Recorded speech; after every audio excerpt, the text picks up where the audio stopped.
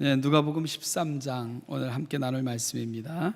누가복음 13장 31절부터 35절까지를 같이 봅니다.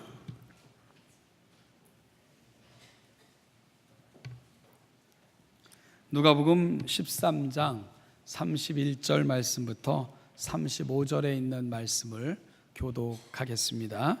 곧 그때에 어떤 바리새인들이 나와서 이르되 나가서 여기를 떠나소서, 헤롯이 당신을 죽이고자 하나이다.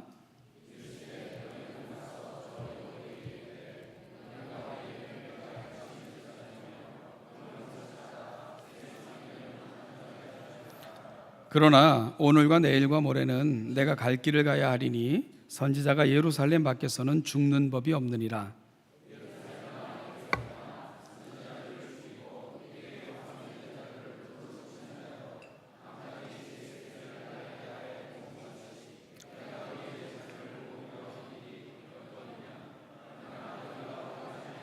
같이 읽죠. 보라, 너희 집이 황폐하여 버린 바 되리라. 내가 너희에게 이르노니 너희가 주의 이름으로 오시는 이를 찬송하리로다 할 때까지는 나를 보지 못하리라 하시니라. 아멘. 2017년도 저희 신원예담교회 표가 사명입니다. 그죠? 이를 위해서 우리가 그 비전 선포식 때 여러분에게 개인 비전 선언문 카드도 다 나눠드렸었고, 여러분들은 1년 동안 내가 붙들고 살아가야 될 비전 선언문을 손수 작성해 받고, 교회는 걸 다 코팅해서 여러분에게 나눠드렸고요. 그죠? 지금도 가지고 계시죠? 지금 다 앞에 있습니까? 어디로 갔는지 이제 9월 마지막 주인데, 이 9월 마지막 주 예배 함께 진행하면서 지금 있으면 혹은 없다 할지라도 오늘 한번 찾으셔서 내가 연초에 어떤 계획을 갖고 시작을 했고, 그리고 나는 지금 어디까지 와 있는가 한번 좀 확인해 보시면 좋겠다 싶은 생각이 듭니다. 무엇보다도 우리가 거창하게 시작했는데 비참하게 끝나지 않기를 간절히 바라고요. 한번 꼭 확인하시면서 이제 다음 주면 3달 정도 남네요. 10월, 11월, 12월 그 남은 분기 동안 하나님의 거룩하심이 우리 가운데 아름다운 성취로 나타나기를 소망하며 그리 남은 시간들을 함께 노력했으면 좋겠습니다. 자, 이와 관련하여 2017년 표와 관련하여 오늘은 본문을 통해서 사명의 의미와 사명자의 자세, 그리고 우리가 가야 될 길이 어디인가 예수님께서 보여주신 말씀을 함께 묵상하면서 다시 한번 살펴보도록 하겠습니다. 오늘 본문의 배경은 예수님께서 각 성, 각 마을로 다니사 가르치시며 예루살렘으로 올라가실 때 어떤 바리새인으로부터 한 소식을 듣게 되므로 오늘 본문이 시작이 됩니다. 예수님께 나왔던 어떤 한 바리새인이 들려준 소식이 뭡니까? 헤롯이 당신을 죽이고자 하니 여기를 나가서 여기를 떠나라, 뭐 이런 소식을 전해요. 나가서 여기를 떠나라는 건 뭐냐 하면 이 나라 경내를 벗어나, 즉 망명하라, 그러니까 헤롯의 어떤 바운더리를 벗어나라, 뭐 이런 요청을 하고 있는 겁니다. 이 바리새인이 누굴까? 성경엔 바리새인 그러면 뭐 흔히 별로 긍정적으로 나타나지 않지만 그럼에도 불구하고 가끔 가다가요 예수님께 호의적이었던 그런 사람들도 등장하는 것을 보면 이런 소식을 전하고 있는 오늘 본문의 바리새인은 아마 예수님께 호감을 갖게 됐던 그런 바리새인이 아닐까, 이런 생각은 해보게 됩니다. 이런 바리새인이 예수님의 안위를 걱정하여 이러한 소식을, 그러니까 헤롯의 흉계와 그리고 그것을 피할 방도를 오늘 예수님께 나와 친히 알려주고 있었던 것이지요. 이에 대해서 예수님은 이렇게 전하라고, 그러니까 헤롯에게 이렇게 전하라고 말씀하셨습니다. 너희는 가서 저 여우에게 이르되 오늘과 내일은 내가 귀신을 쫓아내며 병을 고치다가 제3일에는 완전하여지리라. 그러나 오늘과 내일과 모레는 내가 갈 길을 가야 하리니 선지자가 예루살렘 밖에서는 죽는 일이 없느니라, 죽는 법이 없느니라, 이렇게 말씀을 하셨습니다. 여러분, 이 답변을 우리가 잘 묵상하고 있으면 우리에게 들려주는 울림이 굉장히 큽니다. 저는 망명하여 피하여 목숨을 부지하라 하고 일러줬던 이 바리새인의 요청에 대해서 들려주셨던 예수님의 음성을 잘 묵상하고 있으면 사명이 뭔가, 그리고 사명자는 어떻게 살아야 되는가, 그리고 사명자가 왜 필요한가에 대한 종합적인 사명의 이야기를 함께 나눌 수 있겠다, 이런 생각을 해보게 됐습니다. 먼저요, 그렇다면 예수님은 사명에 대해서 어떻게 생각하셨는가, 오늘 본문을 통해 볼 것 같으면 첫째로 예수님은 살아가는 모든 순간이 사명임을 분명히 하셨다는 거죠. 어떻다고요? 예수님은 언제가 사명의 시간이라고요? 살아가는 모든 순간이 사명의 시간이다, 이 인식을 분명히 하고 계셨고 알려주고 계신다는 겁니다. 이 부분을 예수님께서는 다소 문학적인 표현을 사용하고 계신데요, 바로 오늘과 내일이라는 표현과 제3일이라는 표현을 통해서 오늘 내가 살아가는 의미와 그리고 내 인생의 종착점에 대한 부분을 예수님은 분명한 어조로 표현해 내고 계십니다. 오늘과 내일은 이 땅에서의 사역의 시간들을 말합니다. 그리고 제3일은 맡겨진 사역이 완성되어지는 그때를 예수님께서는 설명하기 위해 사용하고 계신 겁니다. 그렇다면 결국 오늘과 내일은요, 지금 예수님이 어디를 향해 가고 계신다고요? 지금 저희가 살펴보고 있는 부분을 여행 담론이라고 부른다고 했죠. 예수님께서 갈릴리 사역을 종결하시고 이제 어디를 향해 가고 계십니까? 예루살렘을 향해 올라가고 계시는 그 도중에 되어졌던, 노상에서 되어졌던 사건과 가르침을 담고 있어서 누가복음 9장 이후부터는 여행 담론이라 이렇게 표현한다고 여러분에게 말씀을 드렸지요. 여러분, 따라서 오늘과 내일은 예루살렘에 도착하여 십자가를 지시기까지의 시간, 이걸 오늘과 내일이라고 예수님께서 표현하고 계신 거고요. 그렇다면 제3일은 뭐가 됩니까? 십자가에 못 박혀 죽으시고 부활하시는 그 전반적인 사건을 제3일이라는 개념을 통해서 설명하고 계신 거죠. 예수님께서는 육신을 입고 이 세상에 오심 자체가 사명을 위해서라고 이해하고 계신 거고요, 이 세상에 사는 모든 날이 그래서 사명의 시간이며 이 세상을 떠나실 때가 사명을 완성하는 시간이라는 것을 예수님은 분명히 이해하고 계셨고, 오늘 그와 같은 예수님의 이해를 저와 여러분들에게 말씀해 주고 있는 겁니다. 저는 그 연초에 비전 선포식 때요, 이 사명에 대해서 이렇게 말씀을 드리면서 비슷한 단어가 이 생명을 축으로 도는 몇 개의 단어가 있다고 말씀을 드렸던 적이 있습니다. 뭡니까? 생명, 태어남의 사건이죠. 생명. 두 번째는 소명, 그 다음에 세 번째는 사명. 생명과 소명과 사명은 목숨 명자를 축으로 그렇게 도는 단어들이라고 제가 말씀을 드렸던 적이 있습니다. 여러분, 생명은 목숨이 주어지는 사건이고요, 소명은 그 생명에 의미가 부여되는 사건입니다. 그리고 사명은 생명을 걸고 그 일을 감당해야 되는 이런 삶의 자세를 사명이라 이렇게 부르는 거죠. 그러니까 생명은 내게 주어진 생명 자체에 대한 개념이라면, 소명은 그 생명에 의미를 부여하는 거고, 사명은 바로 그 일을 붙들고 살아가는 삶의 태도를 의미한다, 이렇게 말씀을 드릴 수 있다는 겁니다. 자, 그런데 성경은 이 세상에는 가치 없는 인생이 하나도 없다. 여러분, 이것이 인간의 생명에 대한 성경적인 견해이고 가르침입니다. 이 세상에 태어난 인생은 무가치하거나 무의미한 인생은 단 하나도 없다는 것입니다. 그렇다면 이 세상에 태어난 모든 생명의 의미와 가치가 있다면 이 세상에 태어난 모두는 특별한 소명을 안고 태어난 거다, 이렇게 말씀드릴 수 있다는 겁니다.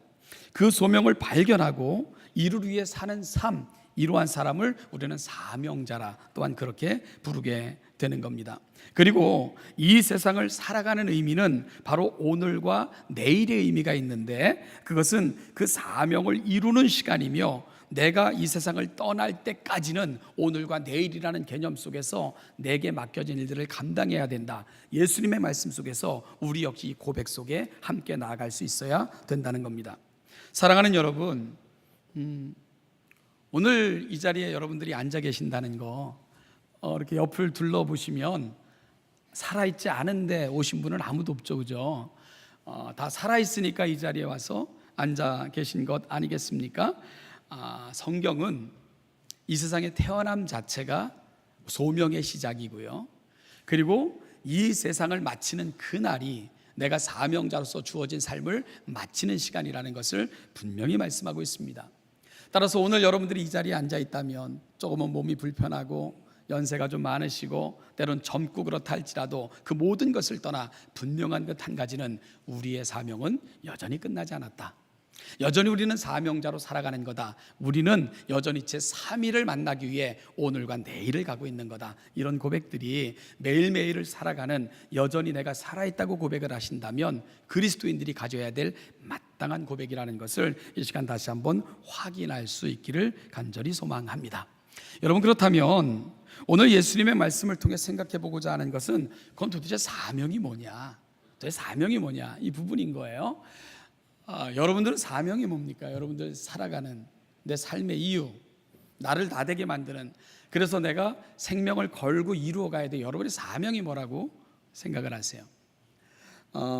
이 사명, 그러면 너무 많이 오해될 수가 있어요. 왜냐하면 우리가 부르는 찬송들이 너무 거창해요. 예를 들면 주님이 홀로 가신 그 길 나도 따라가오, 모든 물과 피를 흘리신 그 길을 나도 가오. 이거 사명자 그러면 이건 생명 걸어야 되고 피를 흘리기까지 목숨 걸어야 되고 이게 사명자구나, 이렇게 생각을 하다 보니까 사명을 특별한 영역 속에, 아니면 특별한 대상들 속에, 아니면 특별한 일 속으로 이렇게 밀어놓는, 이건 우리 얘기가 아닌가 봐, 이렇게 생각하기가 너무나도 쉽다는 겁니다. 여러분, 그러다 보니까 여러분은 사명자이십니다 그러면은 그건 특별한 사람들이나 하는 거고 난 그저 신앙생활이나 열심히 하고 이렇게 오해하시는 경우가 굉장히 많습니다. 자, 그러면 제가 다음 얘기를 한번 들려드릴게요. 이 런던 이 캔터베리 교회에 이 니콜라이라는 교회를 섬기는 집사님이 한 분 계셨습니다. 사찰 집사님으로 섬기고 계셨는데요, 이 생활이 너무 어려워서 학교를 다니지 못했던 니콜라이 집사님은 17살 때부터 교회에 일을 하며 정말 아무리 사소한 일도 마음과 정성을 다해 정말 성심껏 감당해서 많은 사람들로부터 사랑받는 그런 집사님이 될 수가 있었습니다. 이 니콜라이 집사님은요, 그 교회를 돌보는 과정 속에서도 가장 심혈을 기울여서 본인이 감당했던 게 종을 치는 사역이었다고 합니다. 얼마나 열심히 종을 쳤냐 하면 시간마다 가서 종을 치는 거예요. 시간마다. 그런데 이 니콜라이 집사님이 종을 시간마다 치는 것은 취미가 종 치는 게 아니고, 그 당시 사회적 배경 속에서 시계를 갖기도 어려웠고 시간을 이렇게 알기도, 인지하기도 어려웠을 때 이 분이 종을 하나 둘 이렇게 쳐주면 사람들은 1경 2경 이런 식으로 알아들을 수 있을 정도로 이 니콜라이 집사님이 종을 치는 것은 그 마을에 있어서는 굉장히 유용한 일이었고, 사람들은 그 종소리를 들으면서 어느 정도 시간이 흘러갔구나, 이제 교회에서 예배가 진행되겠구나 인식하며 그 종소리를 따라 생활할 수 있게 되었다는 거죠. 그래서 사람들은 그 니콜라이 집사님이 치는 종은 그들의 삶의 패턴과 방향을 만들어낼 정도로 굉장히 영향력 있는 그런 사역이었다고 합니다. 이 니콜라이 집사님은요, 교회에 어떤 특별한 일이 있어서 마을을 떠날 때 외에는 이 일을 하루도 빠짐없이 교회 속에 머물면서 감당을 했던 겁니다. 무려 이 일을 76세가 될 때까지 감당을 했다고 해요. 그의 두 아들은 장성에서, 한 아이는 옥스퍼드 저 유명한 대학의 교수가 되었고요.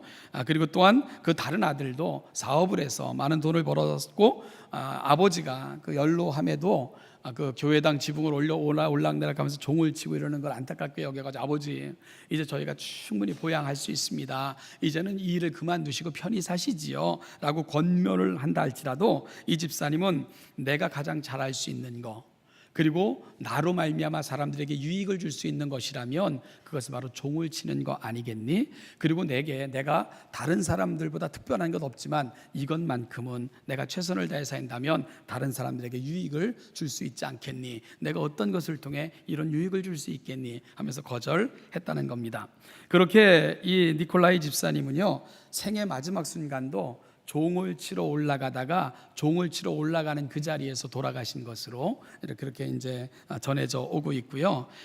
이 이야기가 이제 그 당시 엘리자베스 여왕에까지 흘러 들어가서, 여왕은 이 집사님을 영국 왕실의 무덤에 그렇게 묘소를 마련하여 그 니콜라이 집사님의 충성스러움을 기렸다는 그런 이야기가 전해져 오고 있습니다. 어떤 이야기는 심지어 이 엘리자베스 여왕은 자신이 살아있는 날 동안은 이 날을 국경일로 그렇게 지키도록 권면했다는 이야기도 있는데요. 그 부분까지는 잘 모르겠고요. 자, 여러분, 우리가 이 니콜라이 집사님 이야기를 묵상하면 여러분 어떤 생각이 드십니까? 교회를 섬기는 분이니까 당연히 하는 거 아니겠어요? 이렇게 생각하시겠습니까? 그러나 해야 되는 일이라고 당연히 하는 사람도 없고요. 그리고 당연히 해야 되는 일을 극진하게 이렇게 하는 사람들도 사실은 별로 찾아보기가 쉽지가 않습니다. 따라서 우리가 성경을 통해서 확인할 수 있는 게 뭐냐 하면, 중요한 것은요, 사명자인가 아닌가 하는 것은 내가 어떤 일을 하는가에 달려있지 않고 어떻게 그 일을 하는가에 달려있다 하는 것을 기억하는 게 참 중요하다는 것입니다. 여러분, 앞에서 소개된 니콜라이 집사님은요, 종을 치는 일을 통해, 그것도 정확하게 종을 치는 일, 그것은 당시 지역과 더불어 살아가는 사람들, 특별히 예배를 섬기는 일이라고 그는 그걸 소명으로 여겨서 그 일에 최선을 다했던 집사님이 바로 니콜라이 집사님인 것입니다. 그럼 우리가 니콜라이 집사님이 종을 쳤다고 해서 그분은 사명자가 아니야, 그냥 허드렛 일을 한 거야, 이렇게 얘기할 수 있을까요? 여러분, 사명은요, 멀리 있는 것이 아닙니다. 사명은요, 뭔가 거창한 일들, 신문에 날 만한 것들, 많은 사람들의 입에 오르내릴 만한 그 대단한 일들을 하는 것, 그걸 우리가 사명이라고 이야기하지는 않습니다. 정말로 내게 주어진 일이 무엇이다 할지라도 그 주어진 일에 최선을 다하여 그것으로 말미암아 더불어 살아가는 사람들을 유익하게 할 수 있다면 그것이 바로 사명자의 삶이고 사명자의 자세이고 가장 놀라운 사명자 자체라는 것을 우리가 기억할 필요가 분명히 있다, 이런 말씀입니다. 다시 말씀드리지만 사명자는요, 무슨 일을 하는가가 아니라 어떻게 그 일을 감당하는가가 결정한다는 것, 여러분 기억했으면 좋겠습니다. 우리가 성경을 이제 며칠 후면 우리가 오랜 시간 동안 그 나누었던, 새벽마다 구역마다 나누었던 그 열왕기하, 이스라엘 열 왕들의 이야기를 이제 다 마무리하게 되는데요. 그 열왕들의 그 기록을 살펴보면 가끔 특이한 게 이렇게 기록되는 걸 여러분 볼 수 있을 것입니다. 그건 뭐냐 하면, 어떤 왕의 어머니 이름이 가끔 등장하는 걸 여러분 읽으실 거예요. 대체적으로는 안 나타나는데, 누구의 아들이 왕이 돼서 몇 년간 다스렸는데 그의 어머니는 누구의 딸이었더라, 그의 어머니는 누구더라, 이렇게 가끔 그 어머니의 이름이 소개되는 부분을 우리가 이렇게 대하게 되는데요. 그런데 이 성경에서 어머니의 이름, 그 왕들의 이야기 속에서 어머니의 이름이 같이 거론되는 것은 흔한 경우는 아닙니다. 그리고 그것이 이렇게 일반적인 경우는 아닌데요. 그렇다면 이 왕들의 이야기 속에 어머니의 이름이 들어간다, 그거는 어떤 면으로든 긍정적이든 부정적이든 그 왕의 일생에 있어서 많은 영향을 미쳤을 때 그 어머니의 이름이 같이 포함되는 것을 우리가 볼 수 있게 되는 거죠. 여러분, 당시 이스라엘 열 왕들의 이야기가 펼쳐졌던 그 당시는 여인들에게 주어진 역할이 그리 많지는 않았던 시대였습니다. 대부분 가정의 영역 속에 제한되어 있었고요. 아이를 낳아 키우고 집안을 돌보고 이 정도의 그 어떤 역할 속에 이렇게 제한되어져 있었던 삶을 살아갔던 분들이 바로 열왕의 역사가 기록될 당시 여인들의 삶의 모습이었습니다. 사회적이고 대외적인 일들과는 좀 거리가 있었던, 좀 격리되어졌던 그런 삶들이 요청되어졌던 시대이죠. 여러분, 그럼에도 불구하고 특별히 많은 부분 그 왕들의 연대기에 어머니의 이름들이 포함된다는 것, 이건 어떤 의미를 가질까요? 한 가정의 어머니가 되는 건 역시 특별한 부르심이며 그리고 소명이고 또한 중요한 사명이라는 것을 성경은 저와 여러분들에게 확인해 주고 있는 거죠. 한 가정의 어머니가 된다는 것, 한 가정의 아버지가 된다는 것, 그것은 우연히 시간이 지나다 보니까 되어진 내게 있는 직책이 아니라 하나님의 특별한 부르심, 따라서 우리가 살아가는 삶의 영역 그 어느 것도 하나님의 부르심의 영역 아닌 것이 없다. 이것이 바로 성경이 저와 여러분들에게 가르쳐주는 특별한 부분이라는 것을 놓치지 않기를 소망합니다. 사명은 멀리 있는 어떤 것, 일상의 삶과는 다른 것, 뭔가 특별한 일에 있는 것이 아닙니다. 아버지로 살아가는 삶의 자리, 어머니의 이름으로 살아가는 삶, 때론 직장에서, 사업체에서, 혹은 여러분의 학교에서, 가정에서 공동체의 한 일원으로 살아가는 내 모든 삶의 자리가 바로 내 소명과 사명의 자리입니다. 이런 고백들을 우리가 함께 가슴에 담는 것이 매우 중요합니다. 물론 특별한 또 맡겨진 부분도 있어요. 여러분, 교회에서 특별한 어떤 역할들이 주어지거나 이런 것들도 하나님께서 여러분들을 통해 공동체와 더불어 살아가는 삶의 자리를 유익하게 만들기 위해 하나님 특별하게 허락하신 그런 부분이고 영역인 것을 고백하면서 정말 종직인 니콜라스 집사님처럼 내가 어떻게 내가 살아가는 삶의 자리, 내게 주어진 일들을 통해 더불어 살아가는 사람들 주변을 유익하게 만들며 하나님의 나라를 보여줄까 고심하며 살아간다면 그것이 바로 아름다운 사명의 자리, 사명자로 살아간다는 것을 꼭 기억할 수 있기를 소망합니다. 여러분, 마지막으로 그러면 우리는 왜 사명자로 살아야 하는가? 오늘 본문에는 두 동물의 이름이 나오죠, 그죠? 여러분, 그 누가복음 13장 31절부터 35절에 보면 동물 이름이 둘이 나옵니다. 뭐와 뭐가 나오죠? 뭐와 뭐가 나옵니까? 여우와 암탉이라는 동물이 나옵니다. 여우는 누구를 설명할 때 사용된 동물입니까? 누구죠? 여러분 성경에는 없나요? 그게? 그 헤롯, 그죠? 헤롯이 당신을 죽이려고 하니까 빨리 피하라 이렇게 얘기하니까 예수님께서 뭐라고 말씀하셨습니까? 너희는 가서 저 여우에게 이르되, 그렇게 말씀하셨죠. 그래서 저 여우는 누구를 말하는 게 맞아요? 헤롯을 가리키는 게 맞겠죠. 그러면 또 한 마리의 동물이 나오는데 이름이 뭡니까? 암탉, 시암탉. 그 암탉은 뭘 표현할 때 사용하고 있죠?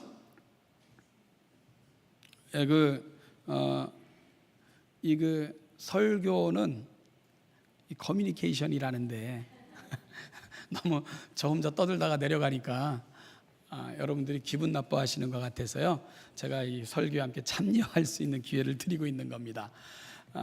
그러니까 설교를 명상하듯 듣지 마시고, 그러면 잠의 마귀가 찾아옵니다. 그러니까 머리를 사용하셔서 생각으로 그리고 가슴으로 그렇게 함께 말씀을 들으셔야 성령께서 우리 가슴 속에 담기시지 않겠습니까?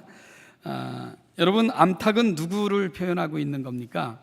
34절 말씀을 보면 예루살렘아 예루살렘아 선지자들을 죽이고 너에게 파송된 자들을 돌로 치는 자여, 그러면서 암탉이 제 새끼를 날개 아래에 모음같이 내가 너희의 자녀를 모려한 일이 몇 번이냐. 그러니까 암탉은 누구를 암시하고 있습니까? 예수님이죠, 그죠?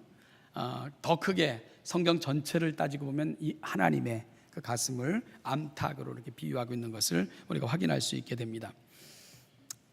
여우를 보신 적이 있나요? 여우의 특징이 뭡니까? 이 여우라는 동물은 이솝우화에 제일 많이 등장을 하죠. 늘 교활하고, 그죠? 그리고 야비하고 뭐 이런 측면에서 많이 등장을 합니다. 그리고 굉장히 자기 이렇게 이기주의적이고 뭐 이런 차원에서 많이 등장을 해요. 그래서 그 성경에서도 보면 이 여우라는 이미지가 그렇게 좋게 등장하고 있는 것 같진 않아요. 우리가 여우의 이미지를 아가서라는 성경을 통해 볼 것 같으면, 아가서에서 여우는 담장을 헐고 그리고 땅을 파서 기어들어가 포도원을 해치는 이런 동물로 이 여우가 사용이 됩니다.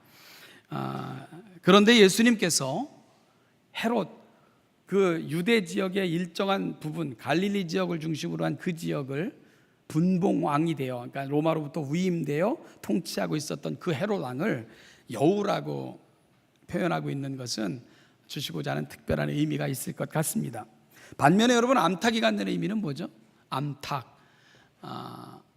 저희도 암탉을 많이 키워봤는데요, 암탉은 먼저 알을 낳고 그리고 그 알을 정성스럽게 품고 부화시켜 생명을 만들어내죠. 여러분, 그것이 바로 암탉이 갖고 있는 이미지입니다. 따라서 암탉의 품이라고 얘기하면 거기는 보호와 안정과 생명이 잉태되는 장소, 이런 개념을 암탉이라는 개념이 갖고 있는 겁니다. 바로 예수님께서는 내 백성을 향한 그분의 사역을 암탉의 가슴 사역으로 그렇게 설명을 하고 계신 겁니다. 자, 우리가 여기서 헤롯과 예수님을 잠깐 비교해 볼까요? 헤롯은 어떤 사람입니까? 왕이에요. 그는 로마로부터 일정한 영역을 위탁받아 통치하는 이런 개념을 우리가 분봉왕이라고 표현을 합니다. 나누어서 봉해서 왕으로 임명했다. 그래서 분봉왕이라고 표현을 합니다. 그러니까 오늘 본문에 나타나는 여우로 표현되는 헤롯의 공식적 직책은 왕입니다. 그럼 여러분, 예수님의 직책은 뭡니까? 왕입니다.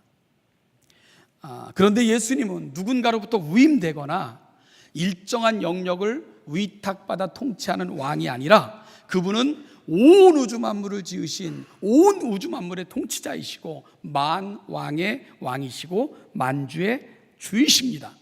세상이 그로 말미암아 지은 바 되었고요, 그분의 놀라운 지혜로 말미암아 세상은 통치되고 유지가 되는 겁니다. 오늘 그 왕의 능력으로 오늘 우리는 여전히 이 세상을 살고 있는 거예요. 이 신비한 우주 속에서도 우리가 이렇게 안전하게 살 수 있는 것은 온 우주를 지혜로 통치하시는 그 왕의 역사 때문에 그렇습니다. 따라서 헤롯도 왕입니다. 예수님도 왕입니다. 그러나 이 두 왕은 비교할 수 없는 왕이라는 것을 우리가 확인할 수 있죠. 그런데 똑같이 왕이라고 불려지는 헤롯과 예수님이 보이신 모습은 어떠합니까? 여러분, 어떠합니까? 헤롯은요, 권력을 얻고자 권력을 향해서 여우처럼 기어갔던 그런 인물이 헤롯입니다.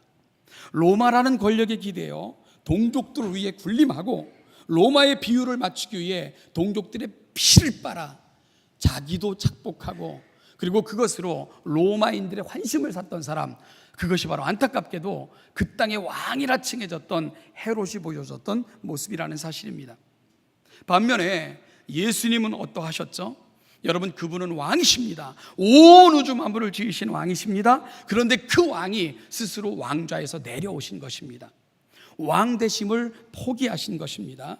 낮고 천한 이 세상에 당신이 지으신 피조물의 한 형상으로 오셔서는 로마보다도 훨씬 더 강한 그 죄로 인하여 얽어매어 멸망으로 이끌고자 했던 그 또 다른 지하의 왕 마귀의 괴계를 끊어내시고, 그리고 친히 제물이 되셔서 온몸으로 죄와 저주를 받으심으로 이 세상을 구원하신 왕, 바로 그분의 가슴 속에서 위태위태했던 암탉이 보호받아, 병아리가 보호받아 새로운 생명으로 자라가는 것처럼 이 세상은 진정한 생명을 경험할 수 있게 됐던 겁니다.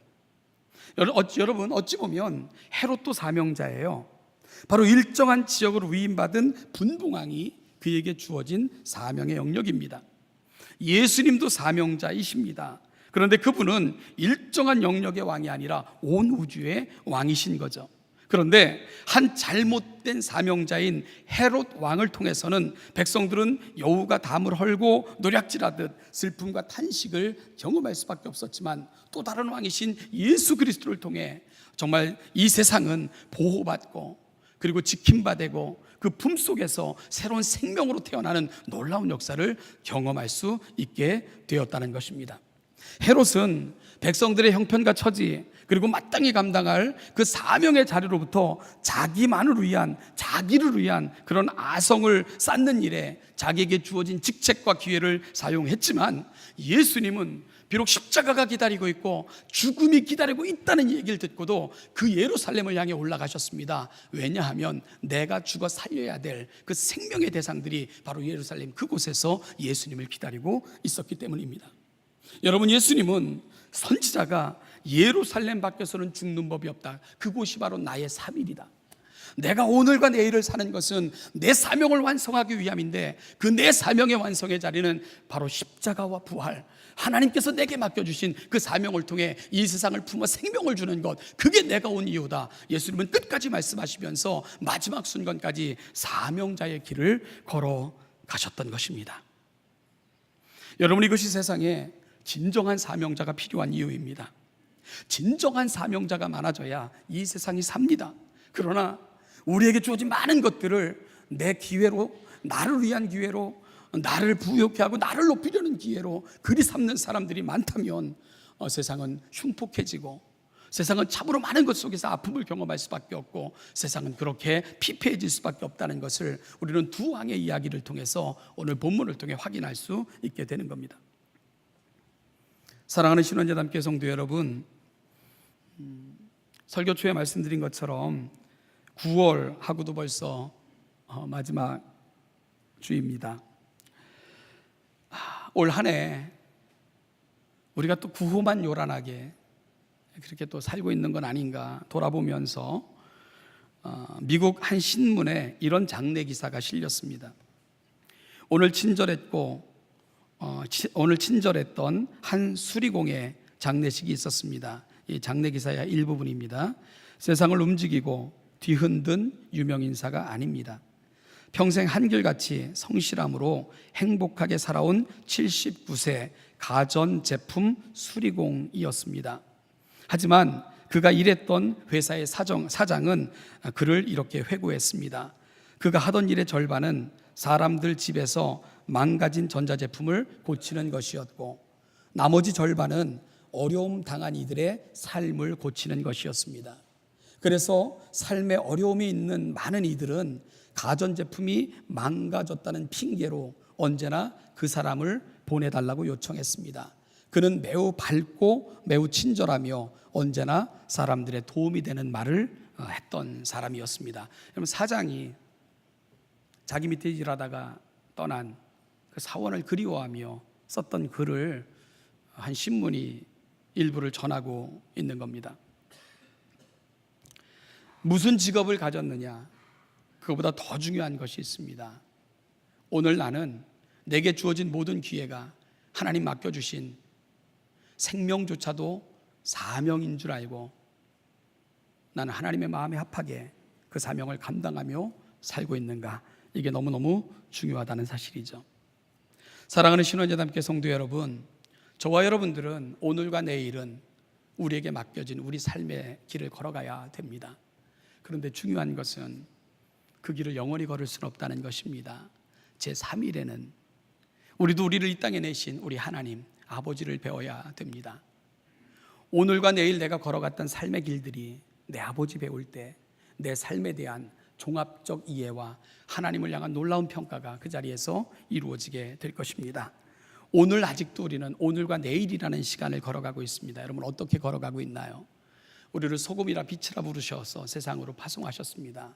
여러분, 어디에 있든지 무엇을 하든지 누구를 만나시든지 소금과 빛으로 만나는 사람들에게 암탉이 병아리를 품음과 같이 여러분들을 통해 세상이 품어지고 은혜를 누리고 따뜻함을 경험하고 위로받고 새로운 생명에 이르는 그 놀라운 사역을 감당해내시는 우리 신원재단교회 모든 성도들, 여러분들이 살아가는 삶의 자리가 되시기를 주님의 이름으로 축복합니다. 기도하겠습니다.